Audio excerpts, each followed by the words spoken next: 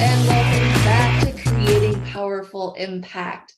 I'm excited to introduce you to today's guest. And come to find out, we used to go to the same school together, or maybe not at the same time, but we both went to the same school. So it's really a small world. I'm excited. We both went to Davis, just FYI, here in California. But the amazing Megan Mayzelle had really a long-term dream of living abroad, eventually having it lead into the foundation for what is now known as Written Progress. Her company is a fully distributed feminine forward team of technical communicators serving professionals in social and environmental justice. This is why I'm excited to bring her to you today, because this is the first interview that I've had where we get to talk about this kind of topic. But before I dive into her explaining more, Written Progress takes grant applications, policy briefs, academic manuscripts, and other really time-consuming documents off the plate of their clients and off of their desks, and frankly, makes them masterpieces. So much so that the results are riveting written words that get funders, who doesn't like that, policymakers, and top talent really excited about taking sustainability solutions to new heights. Please help me welcome Megan to the Creating Powerful Impact stage. What's up, Megan? Hey, Shay. Thank you so much for having me. It's great to be here. I'm excited for you to be here too, because you really are creating a powerful impact out in the world. Is there anything that you would like to add that maybe I didn't quite mention about, what is it that you're doing, who it is that you're supporting, how we're making that change or that impact in your own world and in your own space?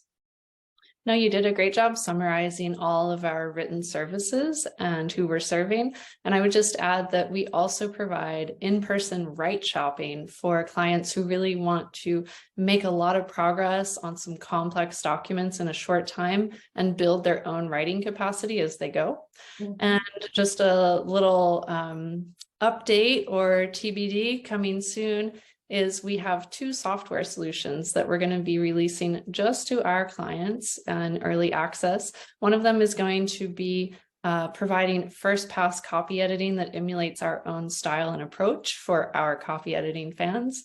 And the other is going to be helping any teams with an ethical, that is an environmental or social mission, consider the ripple effects of their work in other areas of social and environmental justice, and think about how they can leverage those as opportunities or reduce or mitigate any risks that they hadn't considered that could compromise the success of their work.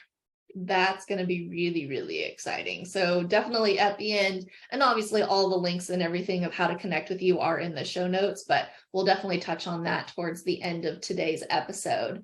But I'm super curious, how I know you guys focus on sustainability, but how are you really helping and supporting businesses to become more sustainable? And what does that mean? And what does that look like?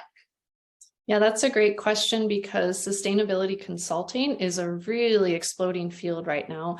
And unlike consultants who might be helping, let's say, an unsustainable company become more sustainable, find ways to reduce unsustainable practices and perhaps begin to become more aligned with climate action or social justice, we're actually working with organizations who already have an ethical mission in their mission statement. So that could be a beverage company, for example, or a software company. Doesn't matter, as long as they have a mission that implies or includes social justice or environmental justice. And we are working to create documented proof of that work and elevate their expert voices in that topic area so that they can amplify their impact, so that they can reach the talent, the funders, the policymakers, the public, and build that reputational capital they need to create momentum and move that mission forward. Okay, fantastic. So someone comes to you and they're like, okay, this is our mission. This is what it is that we want to do. We have this focus on our own world of sustainability. How are you then going, that's great and amazing, now we need to get the word out about it, or this is what this could look like. So dive into that a little bit more. Like, what are you uncovering? How are you supporting them and moving them forward? Yeah, that's a great question. A lot of the organizations that we work with already have a communications department. So they're not lacking in, for example, PR or publishing on social media or C-suite communications. Typically, the people who are reaching out to us are project managers within the organization who are working on a complex topic. Let's call it climate change, just as an example. And they need to convey this in an accurate way to a stakeholder. That could be the public, that could be policymakers, that could be a funder, that could even be people that they want to recruit onto their team, but they need to convey it in an exciting way. And it's not a topic that's easy to make compelling and engaging, right? You're saying it's not sexy? Yeah, there's a lot of science and engineering in it. It's complex. There's a lot of gray areas, and our specialization is to hear that with using our scientific background, and then using our communication skills to make it just the right amount of intrigue and detail to resonate with the audience that they are targeting and document the work that they are doing. Okay, so you say that, like I've heard you say, we write winning words, but what sort of writing do you actually then create? Yeah, so what we do less of is, for example, headlines on a website. What we do more of is really long form stuff that the communications department might not be grappling with in your organization. For example, grant applications, white papers, policy briefs, academic manuscripts for any teams that have made a novel discovery. It's essential to get that published so that it is yours.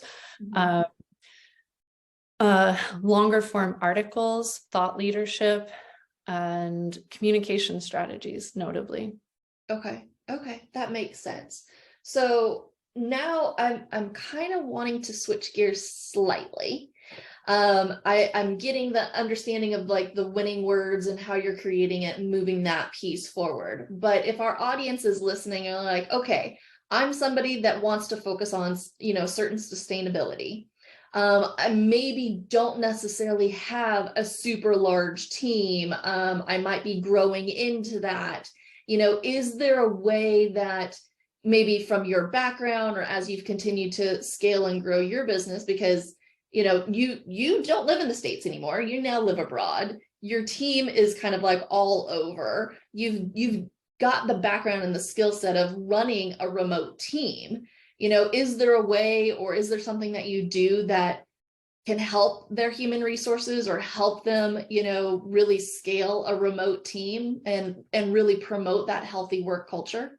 Yeah, great question. First of all, I think we're proof that you can work in sustainability no matter what your skill set is. At the heart of it, we are communicators and writers. We could be writing for anyone, but we chose as a team, as a reflection of our values, to focus on organizations that are advancing an ethical mission, a social or environmental justice mission. So that is already one way to be sustainable, no matter who you are, just contributing your energy and your skill set to sustainable means.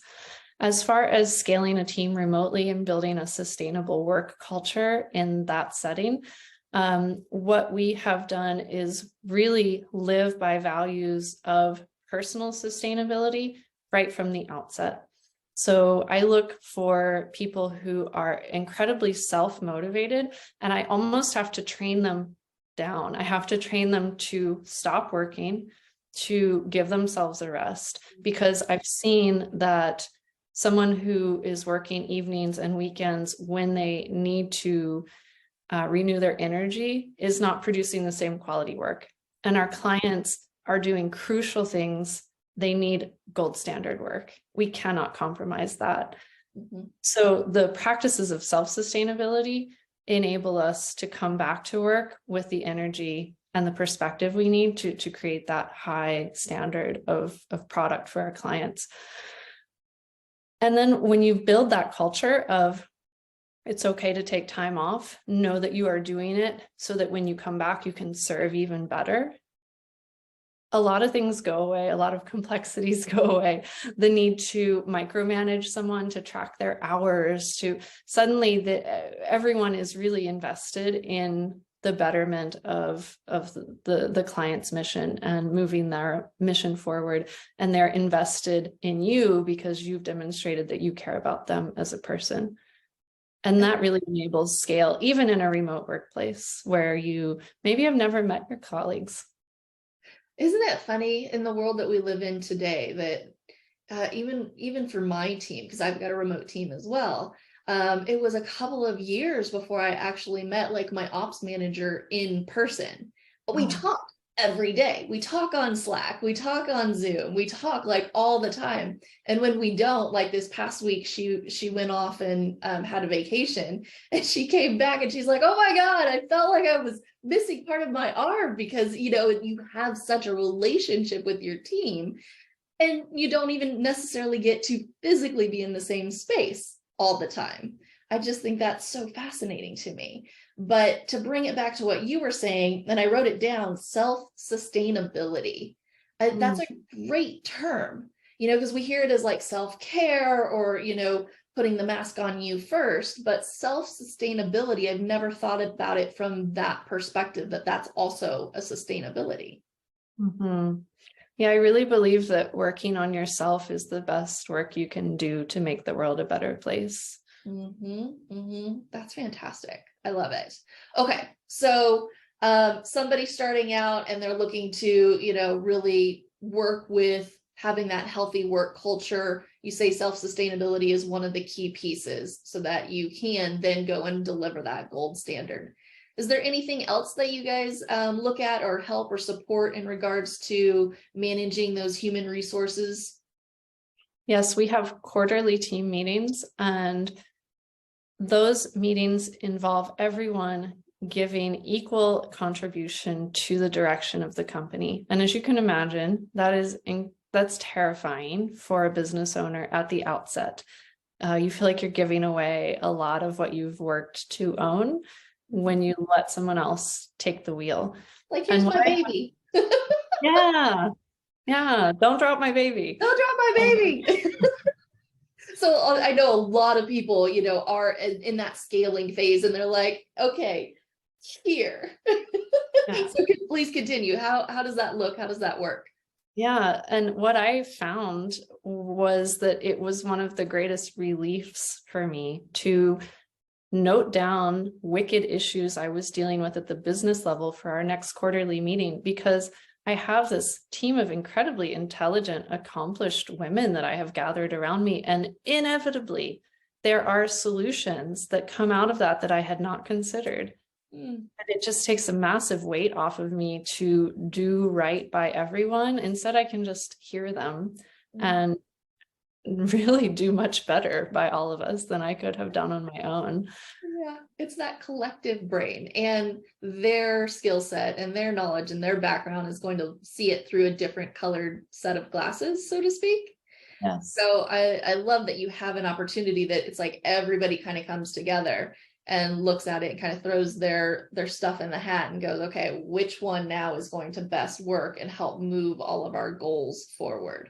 So that's amazing. Thank you for showing us a little behind the curtain there of, how you manage, how do you work with a remote team and really provide that healthy work culture. I really appreciate that.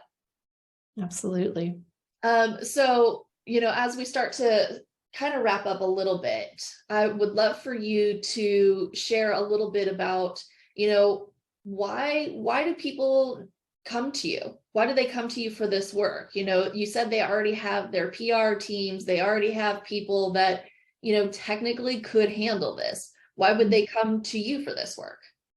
Yeah, so the very first thing is either they don't have a comms department, or as we mentioned earlier, maybe their comms department is really focused on something else that's not technical, robust writing.